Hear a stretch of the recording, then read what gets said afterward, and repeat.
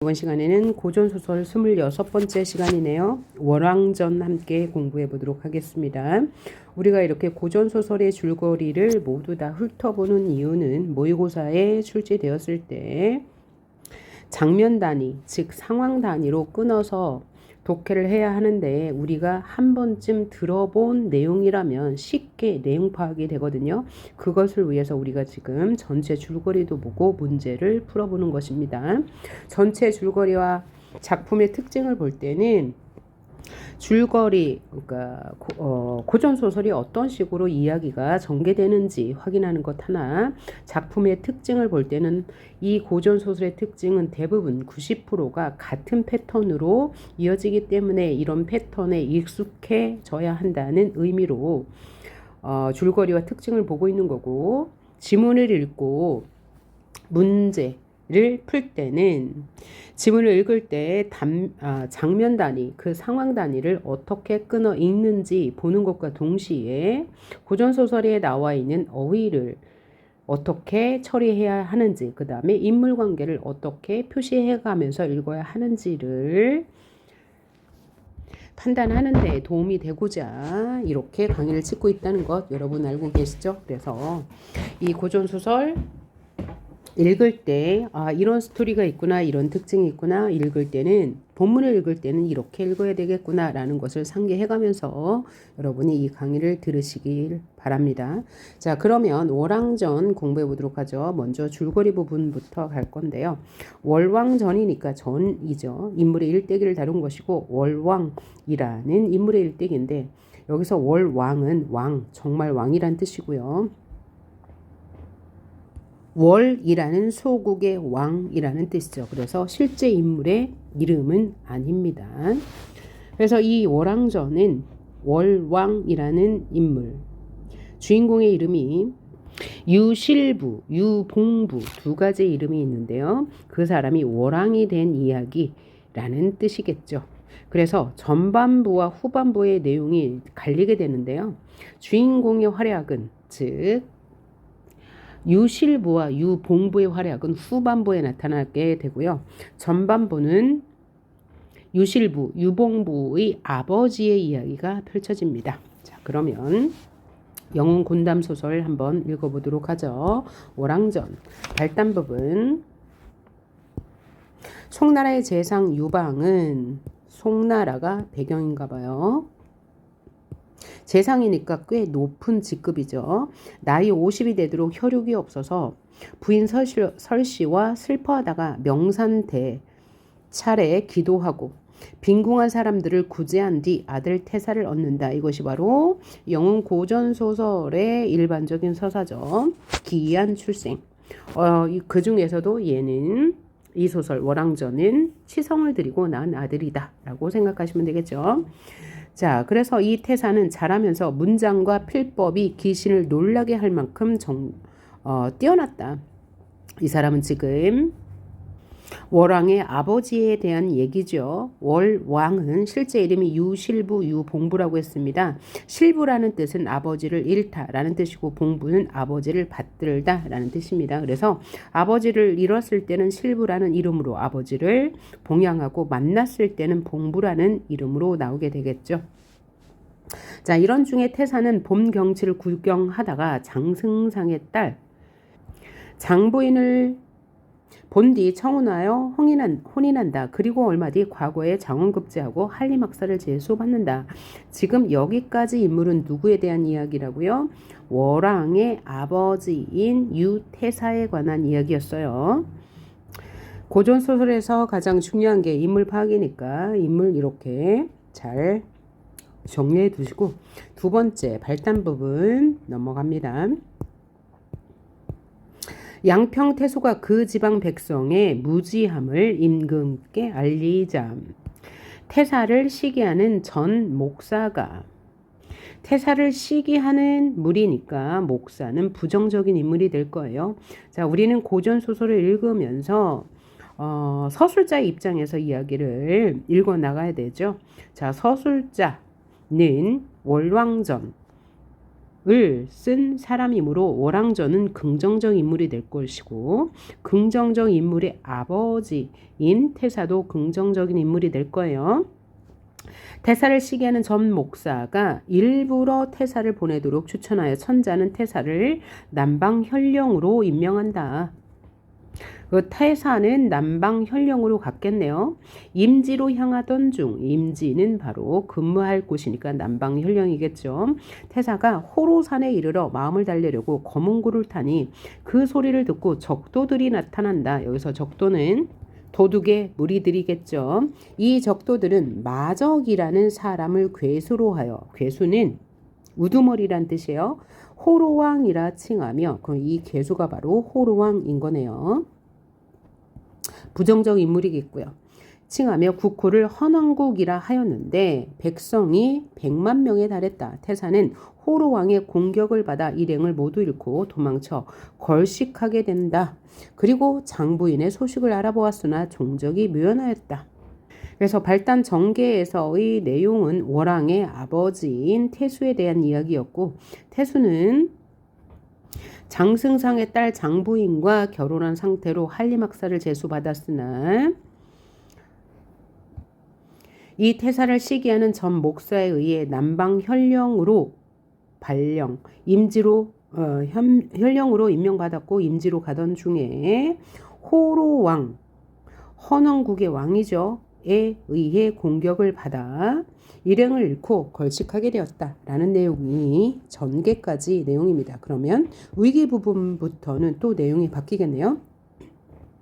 임신 중이던 장부인이라고 했으니까 장부인은 태수의 부인이면서 월왕의 어머니이겠죠. 호로왕에게 포로가 되었으나 밤에 몰래 도망친 뒤 노파의 도움을 받아 노파 동그라미 그 집에서 살게 된다. 노파는 긍정적인 인물이죠. 왜요? 주인공의 어머니를 도왔으니까요. 그리고 아들을 낳았는데 그러니까 아버지와 헤어진 상태에서 부인이 월왕을 낳은 거네요. 아버지를 잃었다는 뜻으로 실부라는 이름을 짓는다. 실부는 점점 자라 아버지를 잃게 된 연유, 사연, 이유가 되겠죠. 를 듣고 복수를 다짐한다. 그럼 복수의 대상은 누구예요? 호로왕이 되겠네요. 호로왕을 복수의 대상으로 삼고 복수를 다짐한대요. 자, 그럼 절정 또다시 내용이 바뀌네요. 마적이 점점 강성해지자라고 했는데 여기서 마적은 누굴 말해요? 호로왕의 이름이죠. 그죠? 이 적도들은 마적이라는 사람을 괴수로 하여 호로왕이라 칭하고 라고 했으니까 이 마적이 바로 월왕의 원수가 되는 거죠. 태수를 공격한 사람. 그래서 마적이 점점 강성해지자 천자는 태자에게 도성을 맡기고 태자는 다음 황제가 될 사람을 말하죠. 그래서 이 성을 맡기고 정병 100만을 이끌고 직접 징벌에 나선다. 그러니까 이 마적은 황제에게도 그 다음에 우리의 주인공인 월왕에게도 공동의 적이 되겠네요. 이때 실부는 천자의 군대에 참여하고자 하지만 왜 천자의 군대에 참여하고자 했을까요? 아버지를 죽인 혹은 아직 죽었다고는 안 나왔으니까 아버지의 원수니까 참여하고자 했겠죠. 하지만 참여하고자 하나 나이가 어리다며 출전을 거절당하고 우연히 백학도사를 만난다. 그는 실부가 여기서 그가 백학도사가 되겠죠. 동해용왕의 아들이며 미처 때를 만나지 못했다면서 그에게 술법을 가리킨다 라고 했어요. 그러니까 그가 즉 백학도사가 실부가 동해용왕의 아들이라고 했으므로 월왕은 적강 인물임을 알 수 있죠. 신성계에서 내려온 인물이다. 그러면 당연히 백학도사와 같은 조력자가 있을 것이고 영웅적 면모를 갖고 있겠네요. 라고 이해하시면 되겠죠. 그리고 천자는 바로 황제를 말하죠. 황제는 처음에는 우세하였지만 곧 크게 패하게 되어 자결할 지경에 이른다. 이때 실부가 나타나 천자를 위험에서 구하고 호로왕의 목을 벤다라고 했으니까 이 중간에 시간의 흐름이 있었던 거예요. 천자가 맨 처음에 마적을 물리치고자 100만을 이끌고 직접 정벌하러 나섰죠.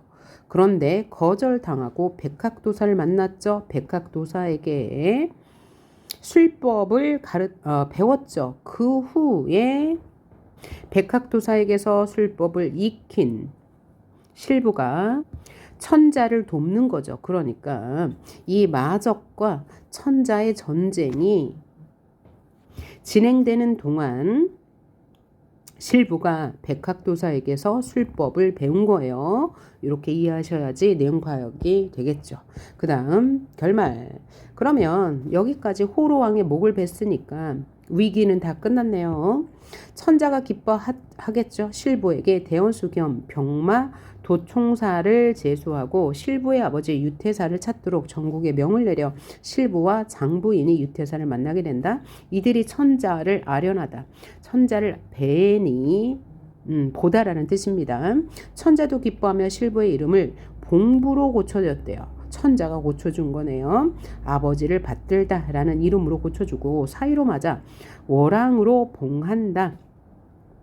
자, 월왕으로 봉한다는 것은 전에도 얘기했지만 중국은 아주 땅덩어리가 크고 중국 전체를 다스리는 사람은 황제, 다른 말로 천자죠. 그러면 이 큰 땅덩어리 전체를 다스리는 건 황제고 이 아래에 아주 작은 소국들이 많죠.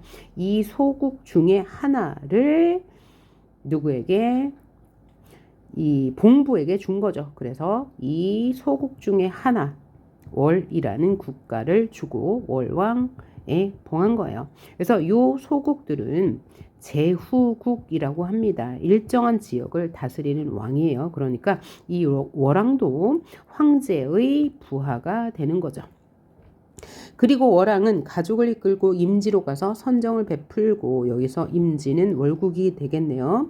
다시 쳐들어온 마적의 아들들을 물리치고 대대로 태평성대를 이룬다라고 했는데 이 부분이 조금 다른 고전소설과는 다른 부분이 있습니다.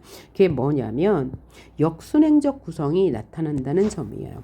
자, 일반적으로 고전소설은 역순행적 구성이 나타나지 않는데 이 부분에서 역순행적 구성이 나타나요. 어떻게 나타나냐면 천자가 마적을 맞아 자결할 지경에 이르렀을 때 이때 실부가 나타나 천자를 위험에서 구하는데 요 중간에 과거의 이야기가 있습니다.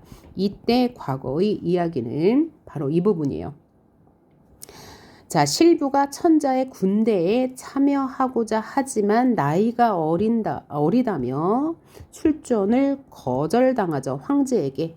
요 부분의 이야기가 요 속으로 들어가서 역순행적 구성이 되는 거예요. 자, 이제 인물관계들을 보면서 전체 내용 다시 한번 살펴봅시다. 자, 유실부가 주인공이죠. 실부라는 이름은 그러니까 아버지가 없다, 잃었다라는 뜻에서 유봉부라는 이름은 아버지를 받든다라는 뜻에서 지었는데 실부는 실부의 어머니인 장부인이 그 다음에 봉부라는 이름은 황제가 지어준 이름이네요. 후에는 오랑이 되었습니다. 자, 실부는 장부인이 유태사와 헤어져 있는 동안 태어났고요. 마적을 정벌하러 직접 나선 천자를 위험에서 구하고 호로왕의 목을 베었습니다. 천자의 도움으로 아버지 유태사와 제외하고 이름을 봉부로 고친 뒤에 부마가 되어 오랑으로 봉해진 다음에 태평성대를 이루고 잘 살았다는 내용. 이 중간에 백학도사가 아마 이도 도사라는 이름을 지녔으니까 신성계 인물일 거예요. 그래서 실부가 동해용왕의 아들이며 미처 때를 만나지 못했다라고 하면서 술법을 가르치죠. 그러니까 이분은 조력자가 되는 거고요.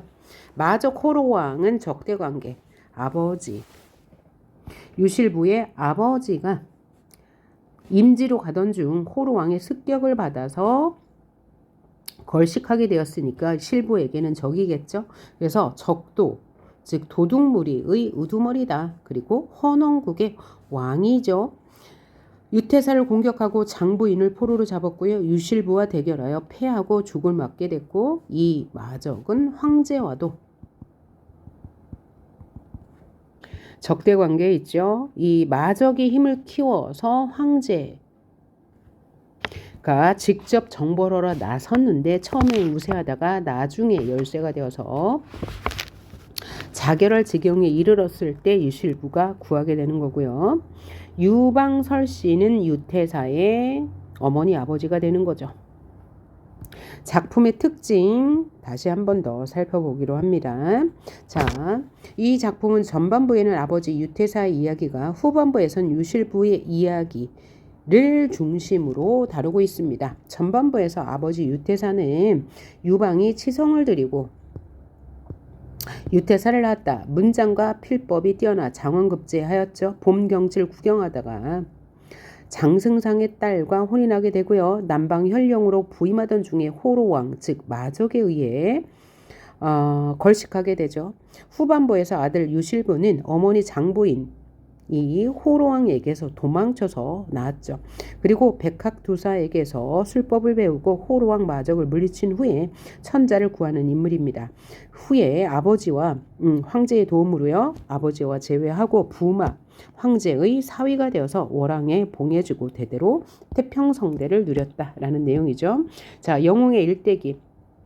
월왕은 천상계의 인물이었습니다. 그래서 적강소설이었죠. 송나라 재상이 유방의 손자이면서 한림학사 유태사의 아들이라는 고귀한 혈통의 집안의 자손이다. 그리고 도적의 무리에 의해 아버지와 이별하고 어머니가 홀로 나왔고요. 동해 용왕의 아들이라는 것을 백학도사가 알려주죠. 비범한 능력이 있었습니다. 무예가 출중하고 재주와 능력이 탁월했죠. 유년기에는 아버지와 헤어진 상태에서 태어났고요. 어머니를 떠나 아버지의 원수를 갚으려 천자의 군대에 들어가고자 하나 나이가 어려서 쫓겨났어. 그 후에 백학도사를 만나서 술법을 배운 후에 천자도 구하고 아버지의 원수도 갖게 되죠. 그래서 호로왕의 장수들과 호로왕을 상대하여 승리를 거두고요. 아버지를 만나고 부모가 되어서 월왕에 봉해지는 인물이었다. 자, 역순행적 구성이 있다는 게 이 작품의 가장 큰 특징이라고 했죠. 이 본문에는요. 천자를 구하러 나타난 소년 장수가 바로 월왕이 되는 거예요. 의 전체가 누구인지를 서술하기 위해서 유실부의 과거를 회상하는 장면이 삽입되었습니다. 그래서 현재는 적들에게 쫓겨 위기에 처한 천자가 자결하고자 하는데 한 소년 장수가 나타나 적장들을 메고 천자를 구하죠. 이때 선설이란 얘기가 뭐냐면 앞에 있는 이야기라는 뜻입니다. 그래서 유실부가 모친 스라를 떠나라고 하면서 그 과거의 이야기를 삽입하였습니다. 그래서 이 과거의 이야기는 유실부가 나이가 어려 천자에게 출정을 거부당했던 이야기, 유실부가 백학도사에게서 술법을 배우고 선관과 신령의 안내로 출정하여서 적장을 베고 천자 앞에 나서는 이야기가 과거 부분, 선설에 해당하는 거예요. 차시는 뭐냐면 이때라는 뜻입니다. 차시가 뭐라고요? 이때 천자가 적진했어요. 그래서 현실로 돌아오는 부분이죠. 자, 현실에서는 한 소년 장수가 나타나 적장들을 베고 천자를 구했다. 천자는 자신이 예전에 출정을 막았던 소년 장수가 자신을 구했음을 깨닫게 되는 장면. 황제가 깨닫는 거죠.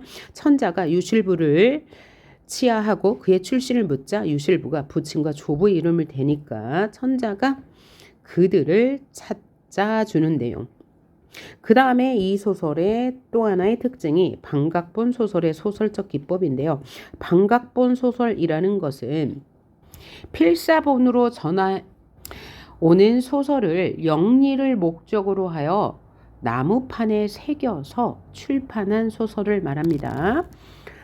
자, 상업성과 오락성을 추구했던 방각본 소설의 특성. 그죠? 상업성이 있어야지, 오락성이 있어야지 많이 팔릴 거 아니에요. 그래서 이 작품은 독자의 흥미를 고조하기 위해서 전기적 요소, 극단적 상황, 단절 기법, 압축적인 사건 서술이 나타나는데 전기적 요소는 바로 기이한 이야기로 비현실적인 이야기가 나타난다는 뜻이고, 극단적인 상황이라고 하면 자결하는 거. 위의 내용 파악할 때 황제가 자결할 위기에 처했다고 했죠. 이게 바로 극단적 상황이고요. 단절 기법은 앞의 내용과 뒤의 내용이 연결되지 않는다는 소리죠.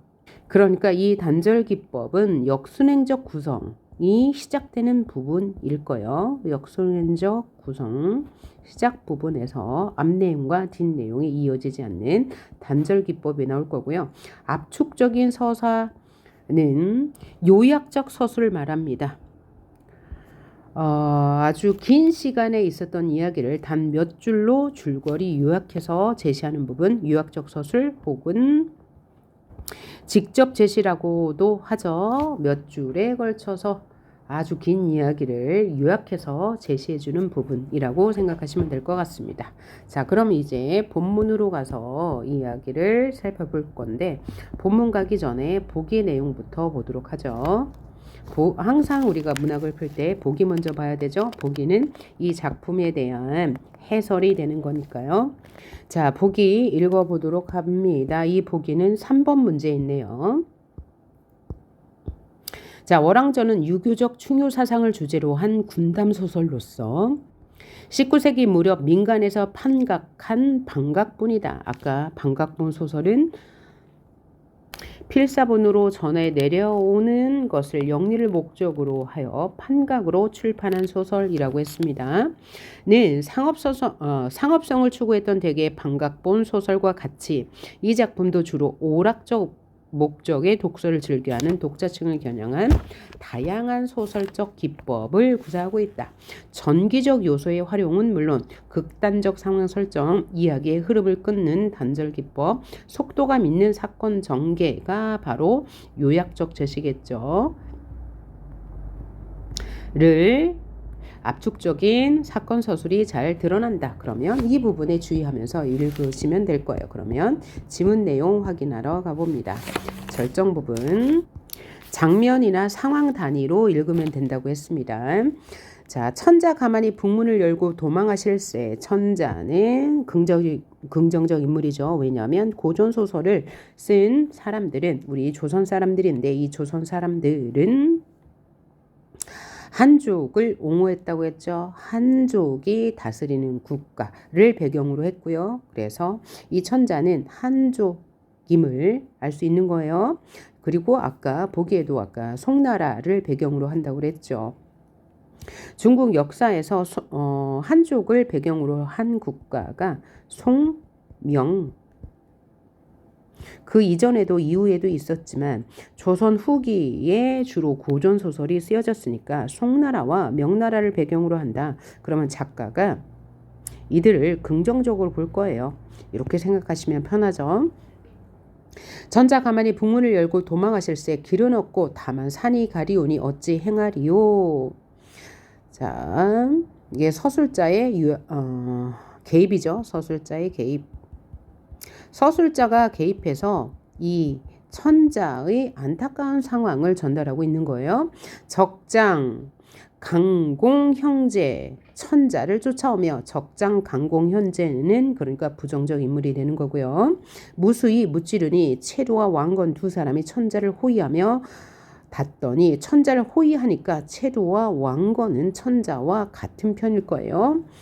적병이 급함을 보고 칼을 들고 내달아 싸우더니 일합이 못하여, 그러니까 예전에는 전쟁을 한꺼번에 우르르 싸우는 게 아니라 뭐 1대1로 싸우는 경우가 많았죠. 그래서 일합 첫 번째 대결이란 얘기예요. 강공은 체두를 베고 강령은 왕건을 뱄다. 근데 체두와 왕건은 아군이니까 체두가 지금 또 왕건이 불리한 상황, 즉 천자가 불리한 상황임을 알 수 있죠. 송진영의 남은 군사, 송나라 군대의 남은 군사, 싸울 마음 없는지라 강공이 칼을 춤추며 외쳐왈. 그러니까 이때 강공은 적군이겠죠. 칼을 막 휘두르면서 칼을 춤추며라고 했지만 칼을 휘두른다고 이해하시면 되겠죠. 하는 말이 송천자는 죽기를 두려워하거든 빨리 나와 내 칼을 받아라 하고 점점 가까우니 천자가 황망조하여 황급하여 라고 해석하시면 돼요. 앙천 통곡 하늘을 보면서 통곡하며 말하기를 송조 100여년 기업이 짐에게 이르러 망할 줄 알리오. 이 소리는 뭐예요? 황제가 한 말이잖아요. 그러니까 송나라의 역사가 자신에게 이르러 망할 것 같다 라고 말하는 거죠. 하시고 어찌할 바를 모르시며 찾던 임금을 빼어서 자결코자 하시더니는 극단적 상황임을 알 수 있고, 천만 이외의 한 소년 장수가 나는 듯이 내달아라는 달려들어라는 뜻입니다. 천자를 구하고 적병을 엄살한다는 얘기는 엄살한다 단어 많이 나왔죠. 죽인다라는 뜻이에요. 적을 죽이니 알지 못하겠어라. 이 어떤 사람인고.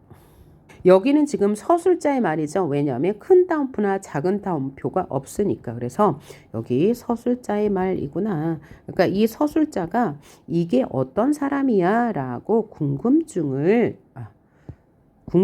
유발하게 하나예요. 라고 하면서 선설이라고 했으니까 이 부분과 이 부분이 뭐야? 단절 기법이 나타난 거죠. 앞부분과 이어지는 내용이 아니고, 선설은 뭐야? 먼저 있던 이야기라는 뜻이니까 여기부터 뭐라고요? 역순행적 구성이 나타나는 부분이구나. 앞에 우리가 했으니까요.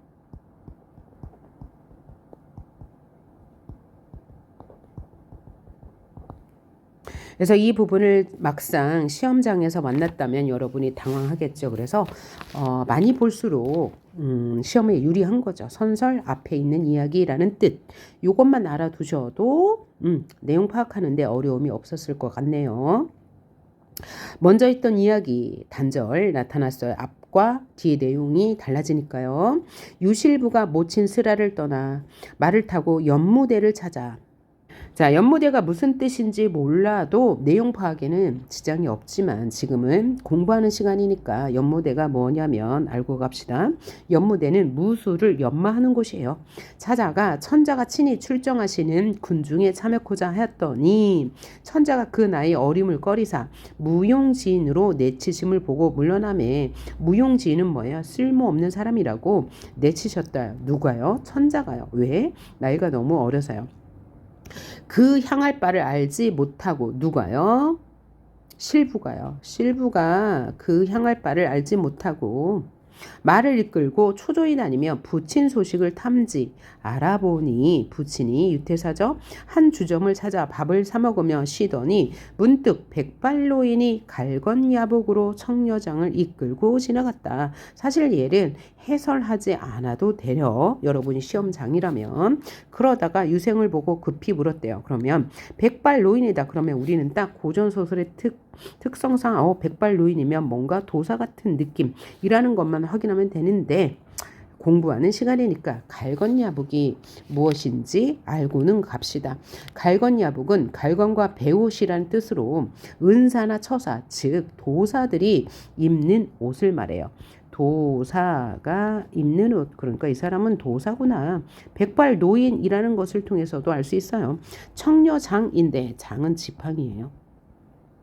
중요하지 않아요? 이끌고 지나다가 유생을 보고 급히 들어와 묻기를 그대 아니 유실부인다? 그러니까 물음표가 있으니까 질문이겠죠. 그대 유실부 아니야? 라고 물어본 거죠. 그랬더니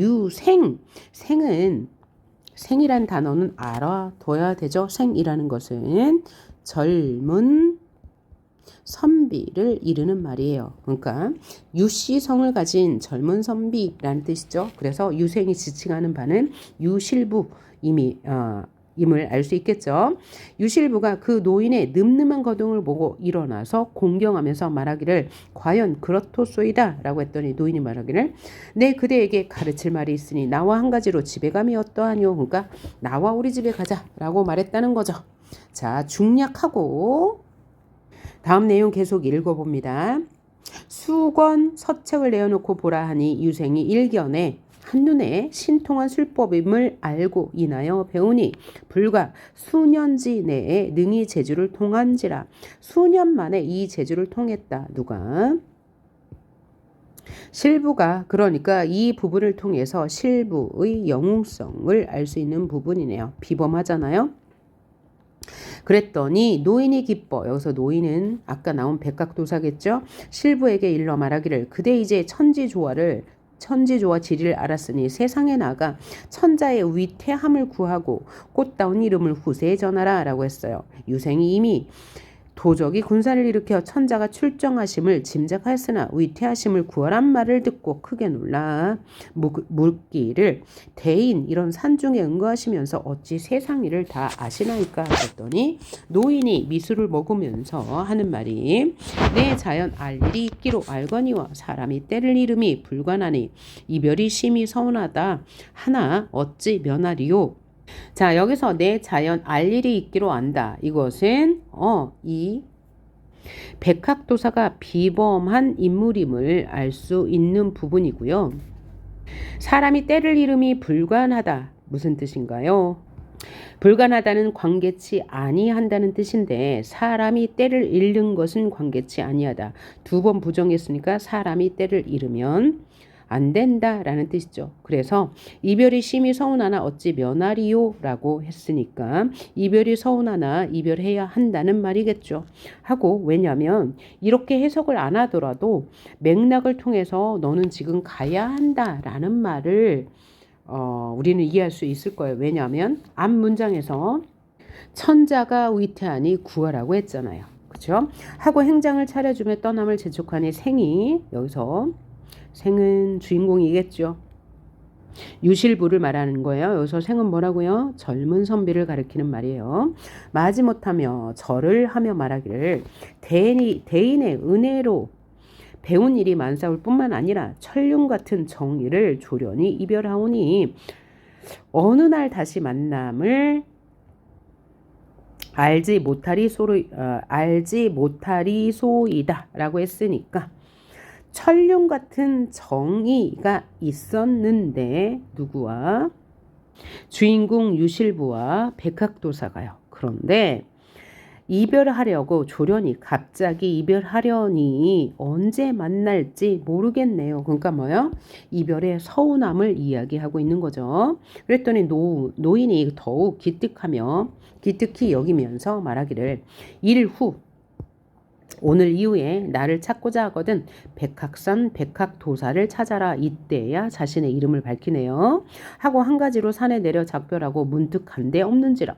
또 영웅성이죠. 영웅성이면서 영웅성이라고 하면 안 되고 백학도사는 주인공이 아니니까요. 여기서 전기성이 드러나는 거죠.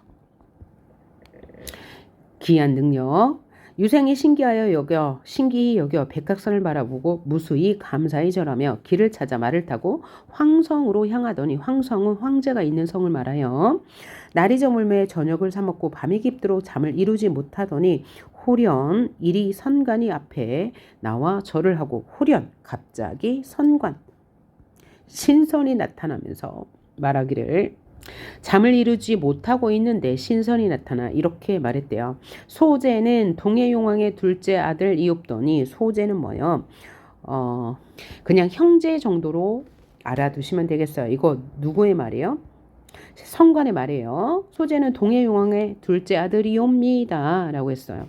부왕의 명을 받자와 형장께 당벌 일이 있기로 왔사거니 그러면 부왕은 이 성관이 모시는 왕이겠죠. 그리고 소제는 그러니까 유실부를 말하는 걸 거예요. 지금 천하가 요란하여 명일 내일 신시에 천재의 위태함을 구할 자는 당금 유실부라.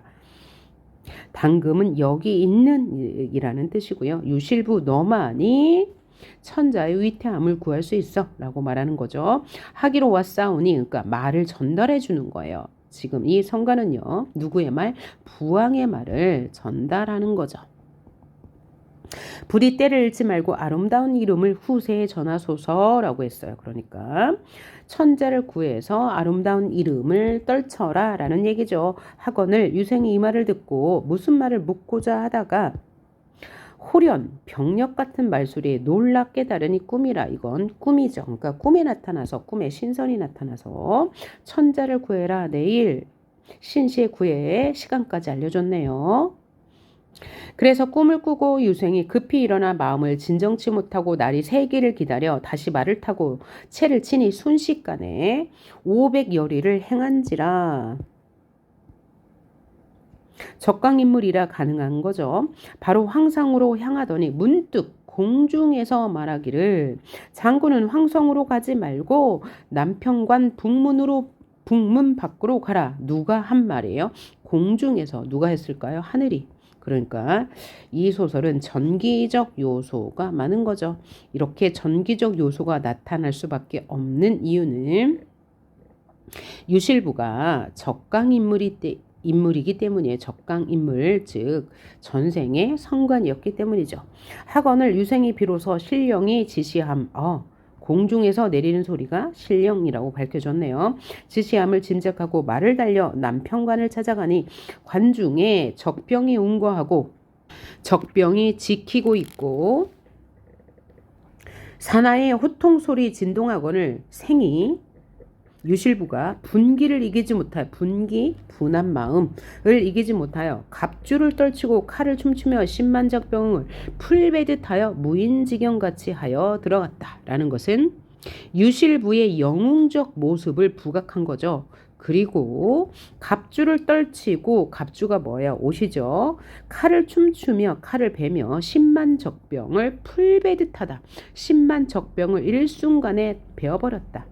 그래서 무인지경같이 하거늘 적병을 풀베듯 하는 것이 무인지경 같다. 즉 적병이 없는 듯이 적병을 다 물리쳤다라는 얘기죠. 그리고 이 부분은 요약적 제시에 해당하죠. 왜냐하면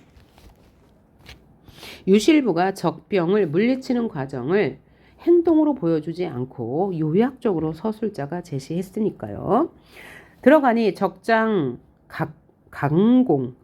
강공과 강령이 천자를 에워싸고 무수히 꾸짖고 욕하며 항복하라 재촉하거늘 유생이 분기하여 화가 나서 분기대발하여 화가 나서 쟁룡검을 두르고 지쳐 들어가니 마구 연달아 들어가니 장졸의 머리 무수히 떨어지는지라. 와, 용맹하죠. 왜냐하면 백각도사에게 도수를 배웠기 때문이죠. 강공과 강령이 비록 용맹하나 불의지변을 만남에, 불의지변은 뭐야? 순식간에 변을 만남에 미처 손을 놀리지 못하여 쟁룡검이 이르는 곳에 강공과 강령의 머리 칼빛을 쫓아 떨어진다. 강공과 강령이 죽었다. 호로왕이 몹시 놀라 남은 군사를 이끌고 심리를 물러 제장을 불러 말하길 아까 강공 형제 벤 장수가 바로 유실부죠. 천신이 아니면 이는 반드시 신장이로다. 그러니까 그 장수는 하늘의 신 아니면 능한 장수이다. 신령이다. 라고 말한 거죠. 하고 양장의 죽음을 슬퍼하더라. 양장은 적군이겠죠.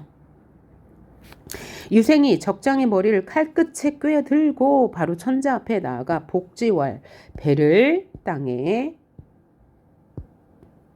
누이고 엎드려서 하는 말이 신은 당초 연무대에서 말 달리던 유실보 이옵더니 그러니까 과거의 이야기를 해주는 거죠.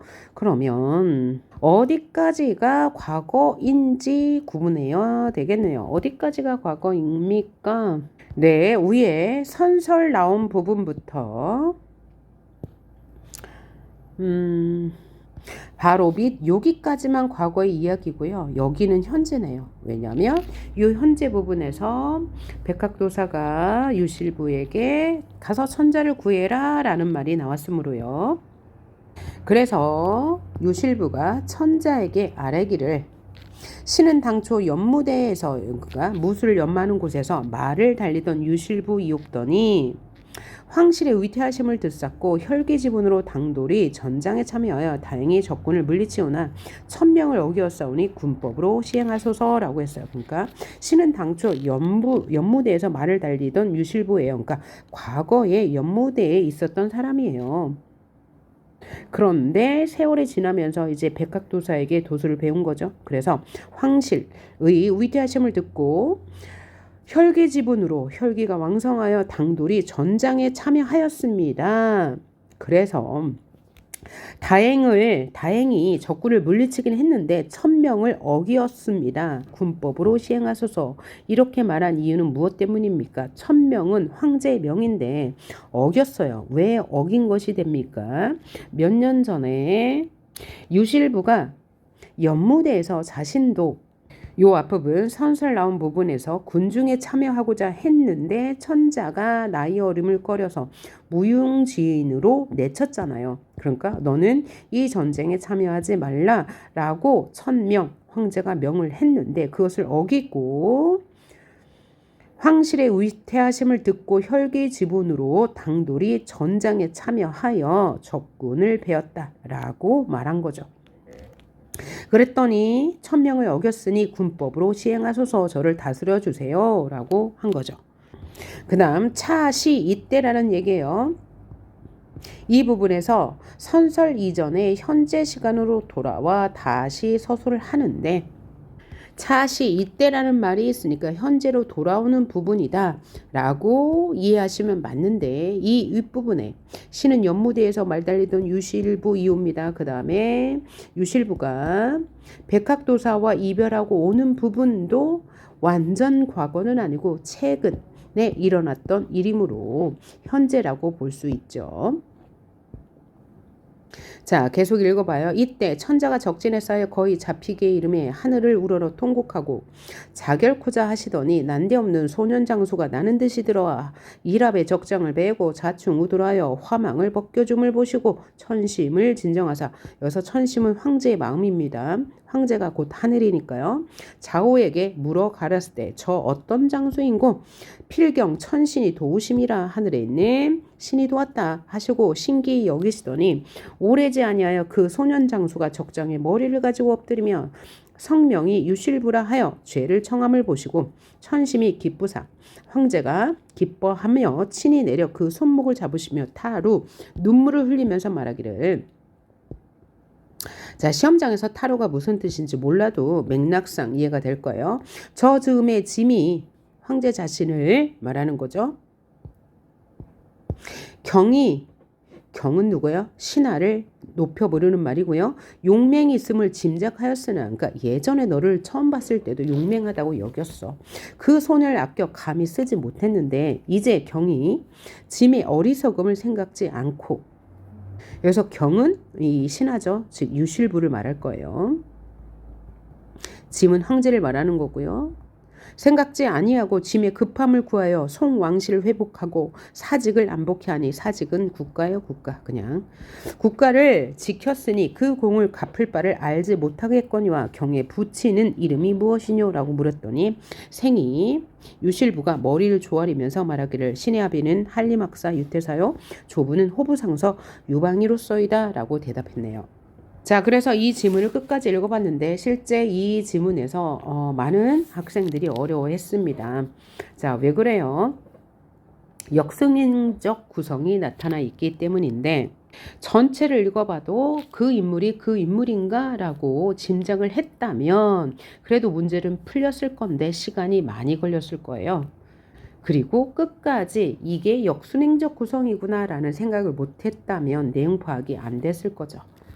그래서 여기서 알 수 있는 우리가 교훈은 뭐냐? 차시 혹은 선설 이런 말이 어떤 상황에서 나오는 말인지 알고 있다면 그래도 내용을 파악하기가 쉬웠을 거예요. 선설은 뭐라고요? 전에 나오던 이야기, 즉 역순행적 구성임을 알려주는 표지다라고 생각하시면 되고 차시 이때에라는 뜻이니까 현재임을 알려주는 표지이다라고 생각한다면 쉽게 문제를 풀 수 있겠죠. 이 정도는 기억해 두시길 바라면서 문제 1번 풀어봅니다. 이 글을 이해한 내용으로 적절하지 않은 것은 무엇이냐? 1번 호로왕은 유실부의 용맹함을 인정했죠. 왜냐하면 자 유실부가 이 호로왕 적국의 신하들을 마구 베면서 달려오니까 호로왕이 아까 강공 형제 벤 장수는 천신이 아니면 이는 반드시 신장이로다 라고 말했으니까 용맹함을 인정한 거고요. 선제 2번 채도와 왕건의 충성에 송나라 군사들은 전의를 불태우지 않고 채도와 왕건이 적장 형제에게 목숨을 잃자 송나라 군사들이 전의를 잃었다라고 했으므로요. 틀린 말. 선제 3번 유실부는 명을 어기고 출정한 점에 대해 천재께 죄를 청했죠. 뭐라고 말했습니까? 천명을 어기었사오니 군법으로 시행하소서라고 했으니까요. 선제 4번 꿈에서 용왕의 아들이 유실부에게 미래를 계시해 주었다. 맞죠? 꿈에서 용왕의 아들 리 나타나서 명일신시의 천재의 위태함을 구할 자는 당금 유실부라 라고 말하면서 소재는 동해 용왕의 둘째 아들 이옵더니 부왕의 명을 받아, 그러니까 아버지의 명을 받아 뭐 당부할 일이 있어서 왔습니다 라고 했으므로 맞는 말. 선지 5번 유실부가 황성으로 향하자 신령이 가야 할 길을 알려주었죠. 공중에서 알려줬어요. 장군은 황성으로 가지 말고 남편관 북문으로 가라 라고 했으므로 맞는 말. 그 다음 2번 기억의 서사적 기능으로 가장 적절한 것은 이라고 했는데 기억은 전설이었고요. 전설은 앞의 이야기라는 뜻입니다. 그러므로 이 전설의 기능으로 적절한 것을 한번 골라보면 1번 천자가 여러 조력자에게 도움을 청했던 과정 NO. 앞의 이야기는 유실부가 연무대를 찾아가 천자가 출정하시는 군중에 참여하고자 했을 때 천자가 그 나이 어림을 꺼려서 무용지인으로 내쳤고 그 이후에 유실부가 백학도사를 만나 무술을 연마하는 부분이죠. 그러므로 전혀 관계가 없는 말이 되겠고요. 선지 2번 소년장소의 가계를 언급해 고귀한 혈통을 지닌 내력을 제시한다. 자, 소년장소는 유실부인데 유실부의 가계를 언급한 것은 황제를 만나고 난 이후이므로 해당 사항이 없고요.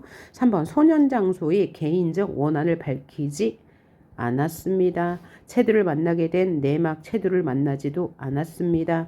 그 다음 4번 갈등의 원인을 설명함으로써 천자가 위태로운 상황에 처하게 된 이유를 제시한다 라고 했는데 과거 이야기의 전설에 천자가 위태로운 상황에 처하게 된 이유를 설명하지 않았고요. 그 다음 선지 5번 소년장수가 영웅으로서의 자질을 획득하는 과정을 제시했죠. 왜요? 백학도사를 만나서 수학했다라고 했으므로 맞는 말이 되겠습니다. 그 다음 3번 아까 보긴 읽었고요. 선지 판단해 보도록 합시다. 적절하지 않은 것은 1번 천자가 쫓기다 임금을 뺏어서 자결코자 하는 데서 극단적 상황을 통해 긴박감. 맞죠? 자, 위에서 보기에서 반각구본 소설은 흥미를 높이기 위해서 여러 장치들을 사용한다. 그 중에 하나가 극단적 상황을 설정한다 라고 했으므로 맞는 말이 되겠네요. 선지 2번 그대 아니 유실부인가에서 단절기법을 사용해서 유실부가 백발노인을 만나는 과정에 대한 궁금증. 그대 아니 유실부인가는 누구의 대사죠? 이 백학도사의 대사고 바로 만났으니까 백발노인을 만나게 되는 과정에 대한 궁금증을 유발하지도 않을 뿐만 아니라 그대 아니 유실부인가라고 하고 이야기가 끊기지 않고 유실부의 대답이 이어졌으므로 단절기법이라고 할 수가 없네요. 선지 3번 불과 수년진의 능히 제주를 통했다는 데서 유실부가 신통한 술법을 갖추는 과정을 압축적으로 제시한 거 맞네요. 행동으로 보여주지 않고 서술자의 서술에 의해서 아주 간단하게 제시하고 있으므로요. 선지 4번 유생이 말을 타고 채를 치니 순식간에 500여리를 행하는 데서 정기적 요소 맞네요. 5번 유생이 위태로운 황실의 상황을 듣고 당돌이 전장에 참여하여 적군을 물리치는 데서 유교적 충의사상 맞네요. 그래서 오늘은 월왕전에 대해서 공부해봤는데 이 월왕전은 비교적 상당히 어려운 내용이었습니다. 지문의 내용이 전설 부분이 나왔기 때문이에요. 자, 그럼 다음 시간부터는 우리 이제 현대시에 대해서 공부해 보도록 하겠습니다. 수고하셨습니다.